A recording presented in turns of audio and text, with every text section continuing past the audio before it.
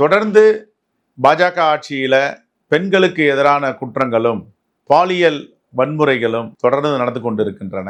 குறிப்பாக அத்ராசியில் யாரும் மறக்க முடியாத அளவிற்கு பாலியல் பலாத்காரம் செய்து ஒரு பெண் குழந்தையை படுகொலை செய்தார்கள். இதற்கு உத்தரப்பிரதேச அரசு என்ன சொன்னது என்றால், தாக்கூர்கள் இப்படித்தான் இருப்பார்கள், நீங்கள் தான் அட்ஜஸ்ட் ஆக வேண்டும் என்று உத்தரப்பிரதேசத்துடைய மூத்த அமைச்சரே இதை சொல்லியிருக்கிறார். அத்ராஸ் மட்டுமல்ல, உன்னாவில் என்ன நடந்தது என்று தெரியும். செங்கார் என்ற சட்டமன்ற உறுப்பினரே இதில் குற்றவாளியாக நிரூபிக்கப்பட்டிருக்கிறார். அதே போன்று ஆசிபா என்ற பெண் குழந்தைக்கு எவ்வளவு பெரிய பாலியல் பலாத்கார தொல்லை கொடுத்தார்கள், அந்த குழந்தை எப்படியெல்லாம் சித்திரவதை செய்து படுகொலை செய்தார்கள் என்பதை பற்றியும் தெரியும். அதே போன்று அபாயா, மணிப்பூர், பிரிஜ்வால் ரேவண்ணா பல பெண்களிடம் தவறான உறவில் ஈடுபட்டு பெண்குலத்திற்கே மிகப்பெரிய துரோகத்தை செய்தவர். அவர்தான் கர்நாடகா மேனாள் முதலமைச்சர் குமாரசாமியின் சகோதரர் மகனும் மேனாள் பிரதமர் தேவகவுடாவுடைய பேரப்பிள்ளை. இப்படிப்பட்ட பாஜக கூட்டணியை சார்ந்தவர்கள் பெண்களுக்கு எதிரான குற்றங்களிலே ஈடுபட்டிருக்கிறார்கள். இதுவரை பாஜகவுடைய பிரதமராக இருக்கின்ற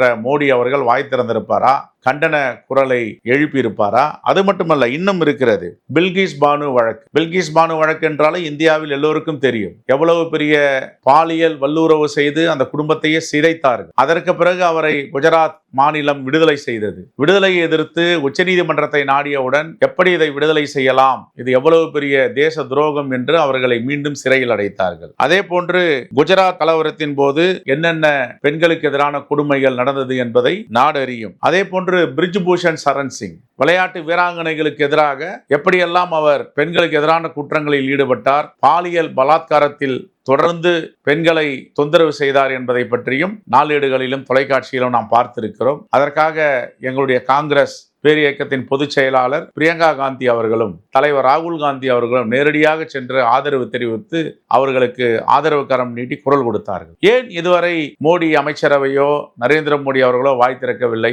எதையும் இந்த தேசத்தின் மக்கள் பார்த்து கொண்டிருக்கிறார்கள். ஆசாராம் பாபு யார்? இந்த ஆசாராம் பாபு சாமியாராக இருந்து எப்படிப்பட்ட பெண்களுக்கு எதிரான குற்றங்களில் ஈடுபட்டு இருக்கிறார்? அவருக்கு பரோல் கொடுத்தது யார்? அவருக்கு நேசக்கரம் நீட்டியது யார்? அது மட்டுமல்ல, பாபாராம் ரஹீமிற்கு எதற்காக அவ்வளவு நாள் பரோல் கொடுத்தது? இந்தியாவில் யாருக்கும் இல்லாத அளவிற்கு என்ன சலுகை அவருக்கு காட்ட வேண்டும்? அவர் என்ன புனிதவானா? குற்றமற்றவரா?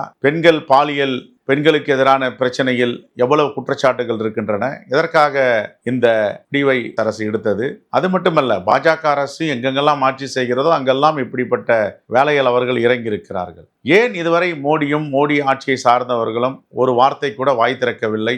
ஏன் மௌனியாக இருக்கிறார்கள்? ஆனால் இந்த பாதித்த பெண்களுக்காக, இந்த தேசத்தின் குலக்கொழுந்தாக இருக்கின்ற நம்முடைய தாய்மார்களுக்காக தொடர்ந்து குரல் கொடுப்பவர் தலைவர் ராகுல் காந்தி அவர்கள். எங்கே இப்படிப்பட்ட சம்பவம் ஏற்பட்டாலும் உடனடியாக போய் அங்கே களத்தில் நிற்கிறார், ஆதரவு கரம் நீட்டுகிறார். அத்ராஸ்ல நடந்த பொழுது காவல்துறை அவரை ஆறுதல் சொல்வதற்கு கூட அனுமதிக்கவில்லை. முதல் நாள் திருப்பி அனுப்பினார்கள். இரண்டாம் நாள் தன்னுடைய நாடாளுமன்ற உறுப்பினர்கள் தன்னுடைய சகோதரி பிரியங்கா காந்தியுடன் சென்று காவல்துறையுடைய பாதுகாப்பை, அச்சுறுத்தலை முறியடித்துவிட்டு அத்ராஸ் கிராமத்திற்கு சென்று நான் இருக்கிறேன் உங்களோடு என்று கட்டி அரவணைத்தாரே, அதுதான் இந்தியாவில் பேசுகின்ற படமாக என்றும் இருக்கிறது. ஆகவே வாய் திறக்காத மோடியுடைய அமைச்சரவை, பிரதமர், அந்த மக்களுக்காக நிற்கின்ற தலைவர் ராகுல் காந்தி, இதையெல்லாம் இந்த தேசத்தின் மக்கள் பார்த்து கொண்டிருக்கிறார்கள்.